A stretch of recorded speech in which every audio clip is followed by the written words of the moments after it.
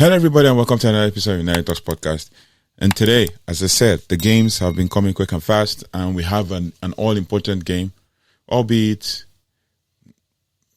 Rúben Amorim has said in his press conference that nothing can save our season, but it's a game that we have to use as a preparation for the Europa League final in 12 days. So basically, this Manchester United versus West Ham at home at Old Trafford. Manchester United return to the Premier League at Old Trafford this weekend to face West Ham United in a match that on the surface may seem like a mid-table clash, but carries significant implications for both sides and positioning. For Rúben Amorim's men, this game represents a chance to reignite our domestic form following a disappointing league run and to build momentum ahead of the season-defining Europa League final against Tottenham Hotspur. This is a game that we don't need to hype it, but it is a preparation, as Amorim have said. Having booked a place in the European showpiece with a commanding 7-1 aggregate over Athletic Club just yesterday, United now look to replicate the energy in the league where results have faltered. Now, currently languishing in 15th, as we all know, United are still not mathematically safe from finishing in the bottom 5. A scenario unthinkable at the start of the season with only 3 matches left in the campaign. There is urgency to finish strongly, restore confidence and secure a top half finish that reflects the talent within the squad. Sunday's encounter offers an opportunity to break a 6-game winless streak in the league and deliver a statement performance. Old Trafford demands a response, and West Ham, struggling under new management themselves, present both a challenge and an opening. Right, and an opportunity for us to get to 42 points, which has been elusive for us. Now, with regards to form guide, Manchester United's recent Premier League form has been very poor, as we all know. Right now, Man United have not won in the last 6 games, collecting just 2 points in that stretch. The last league outing saw Man United lose 4-3 at Brentford, as we know, in a chaotic affair that summed up the recent domestic struggle. An inability to manage transitions, control midfield battles, and maintain defensive shape. Contrast that with Man United's Europa League campaign, which remains, the bright spot for us this season, even though Rúben Amorim has said multiple times that nothing can save our season. A commanding 4-1 second leg victory over Athletic Club showed that this side is capable of doing amazing things when functioning at its tactical peak. Players like Mason Mount and Rasmus Højlund stepped up with Mason scoring 2 goals, and then obviously 3 goals in his last 2 matches, while Rasmus Højlund has scored 1 goal in that game. West Ham under Graham Potter are also in a difficult spell, and the Hammers are winless in their last 8 Premier League matches, but have showed signs of cohesion in their recent draw with Tottenham. The results haven't been there, but Potter has begun instilling a more progressive attacking style, and performances have magically improved, even if the points haven't followed. Now, with regards to head-to-head between both teams, head-to-head and historical perspective, Manchester United have enjoyed recent dominant performance over West Ham at Old Trafford, winning the last 4 home matches against the Hammers in all competitions. Right now, the most recent Premier League clash at Old Trafford between the sides ended in a comfortable victory for Man United, and West Ham haven't won a league match at the Theatre of Dreams since their 1-0 win in the FL Cup in September 2021. Overall, Manchester United lead the head-to-head record significantly with over 70 victories in competitive meetings compared to West Ham's 40. Historically, United have often found joy against the Hammers, particularly in games where attacking transitions and wide play can exploit West Ham's slower defensive transitions. However, under Graham Potter, the visitors will be aiming to break the narrative with more flexible tactical setup. And this is very key, basically, under Graham Potter, which will lead us to how West Ham play under Graham Potter. Now, under Graham Potter, West Ham is becoming a more visible even if the results haven't yet matched the style team to play. Potter's emphasis is on progressing, attacking football, and his system is built on creating overloads, positional rotations, and using tactically gifted players to manipulate opposition shapes.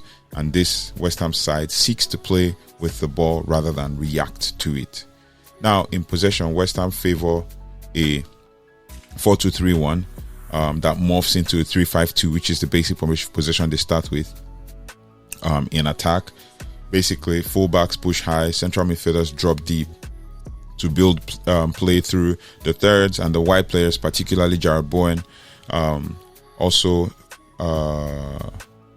and then now injured, what's his name? Crescencio Somerville, was injured earlier in the season, are key in stretching, the pitch and creating isolation scenarios. I mean, Bowen especially thrives cutting in from the right onto his left foot, while Lucas Paquetá drifts between the lines and influences play centrally.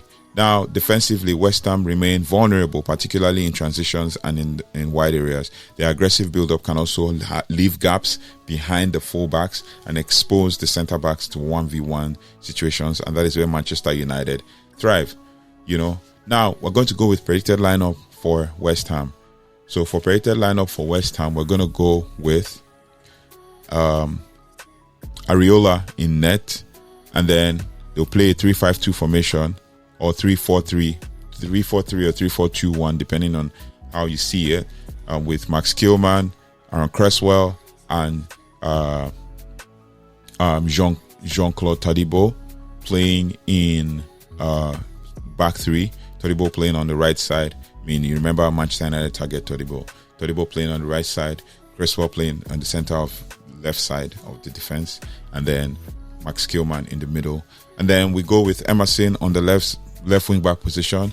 Then we have Souček, who plays in the middle with Lucas Paquetá.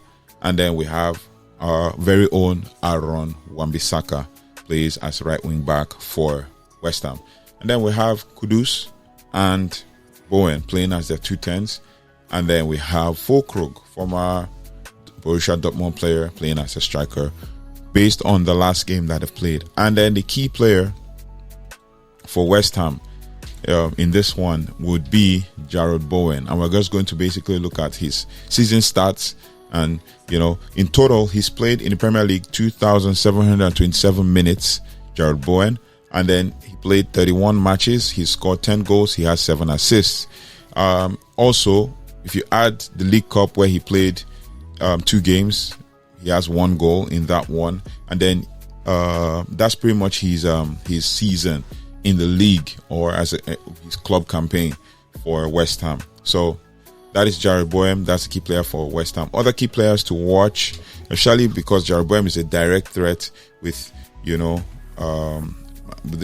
and he combines pace with clever movement in Potter's most dangerous outlet.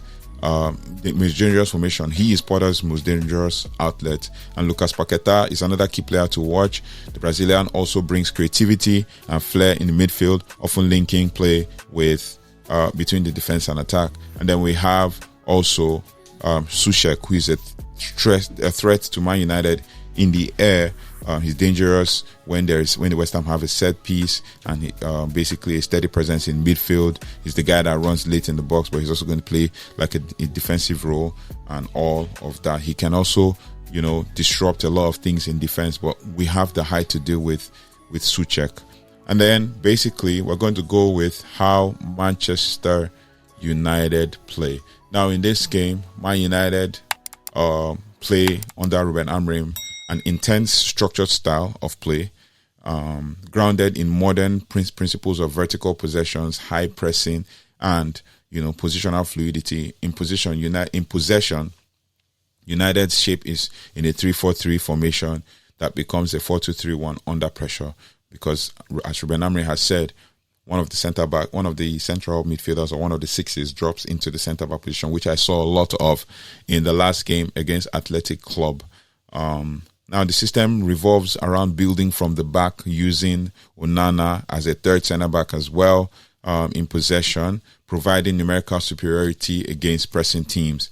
Now, United's wing-backs often in the persons of Patrick Dogu, especially from the last game, or maybe Harry Amas, or maybe even Nus Mazraoui, push high and wide, opening up half spaces from underlapping midfield runs from players like Bruno Fernandes and Garnacho or Mason Mount if he starts.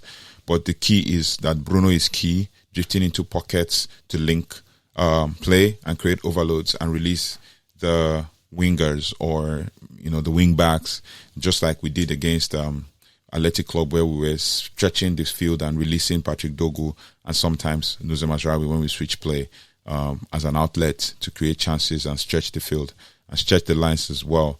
And then also with Højlund going in behind, Man United often plays with Højlund dropping deep to combine or pin the last defender to stretch the lines vertically. So when he drops deep, what really happens is that the 210s run right behind him, maybe oftentimes Garnacho or sometimes Mason Mount.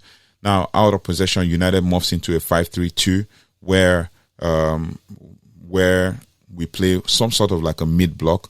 The aim is to force the opponents wide and trigger pressing traps once the ball is moved toward the flank. Immediate counter-attack or counter-pressing after losing the ball is also a cornerstone, allowing United to dominate territory and dictate tempo. Now, the key players to watch for Man United, basically the starting lineup, predicted starting lineup, we're going to go with predicted starting lineup for Man United in this one. Predicted starting lineup is going to be a bit interesting based on the fact that Rúben Amorim has said some things in the press conference that we're going to use this as a preparation for the Europa League final. I know that there's 2 games before the Europa League final, if I'm looking at the dates correctly. So this is the first of the 2 games, West Ham. Now with this predicted starting lineup for West Ham, for Man United against West Ham, will go like predicted starting lineup for Man United against West Ham is Andre Onana in net. Victor Lindelof starts this one as centre back, where he's played a couple of times under Rúben Amorim. Then we bring back Luke Shaw into the starting lineup to play on the left side of centre back, and then Lenny Yoro on the right side of centre back. He's performed really well this season. And then in mid, we retain the same midfield 2 of Casemiro and Ugarte from the last game. And then obviously on the wide side of things, the wing backs are going to be Harry Amas coming back to the starting lineup, make another start for Manchester United to build his reputation in the club. And to build his reputation in the team.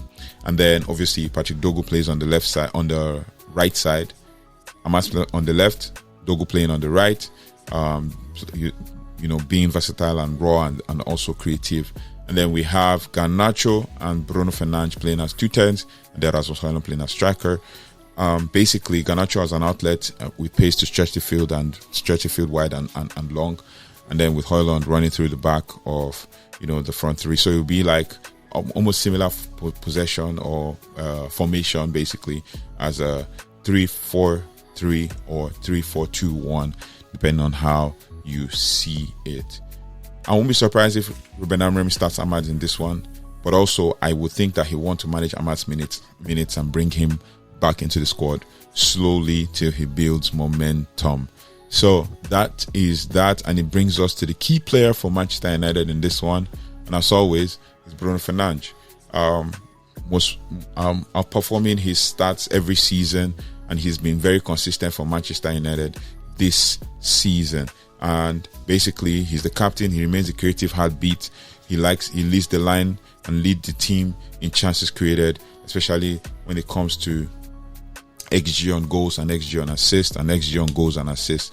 Now, his ability to dictate play and orchestrate the press is very crucial. I thought he was a bit slow in the first half of the last game, but obviously he's going to build up and build steam and start to grow from there. And then we go to the next key player we can also mention as an addition to the squad that will make it more like a very interesting one would be basically Casemiro. Casemiro is one player that we know that can actually create chances and can actually block things and, be our transition player when it comes to when we're in possession and we can move things fast and all of that. Another player that's a key player is Rasmus Højlund. Rasmus Højlund, when supplied, Højlund stretches defenses plus centre backs and provides a focal point for quick transitions, and that will be key for us at Man United. Building steam and all of that. Seeing as he has scored in the last one, there's a chance he can score in this one. There are other key players that we can also look out for in this one. Garnacho stretching the field and all of that, but I hope he can create chances, and then leave an opportunity for him to play maybe 60 minutes, and then we can have Ahmad who come and just add some energy, and Mount who will come and just create some chances for Man United, which will now make Man United to drop Bruno, Rúben Amorim to drop Bruno deep into the midfield. Now, to how Manchester United can beat West Ham. I always list out 4 points as to how Manchester United can beat West Ham. And it's very key because they're basically going to be playing similar formation with us. To secure 3 points, Manchester United must capitalize on 4 key tactical areas. One of them is to exploit the wide areas in transition. Potter's system often leaves fullbacks isolated. Obviously, with Aaron Wan-Bissaka being one of the very best in defense, one of the very, very best defensive right backs, it will be very key if we can capitalize on the fact that he leaves space behind and then exploit the space he's left behind. Harry Hamas can do that, and basically his recovery pace is not there yet. But behind West Ham's advanced wide players, Garnacho or Hamas can actually stretch the field, attacking those zones and creating high quality chances. The most important thing is for Garnacho to create those high quality chances, because Aaron Wan-Bissaka will not agree. He will not allow us. And then obviously for the team to press, target high defensive line runners. Target high defensive line with runners. West Ham's commitment to pressing high often creates gaps between the defense and the midfield. Quick direct runs from Højlund, Mount, and Bruno, can also bypass West Ham's high line and exploit those channels. I know Rúben Amorim might switch Garnacho to the right side so he can actually exploit those runs and then take chances against someone like Aaron Cresswell.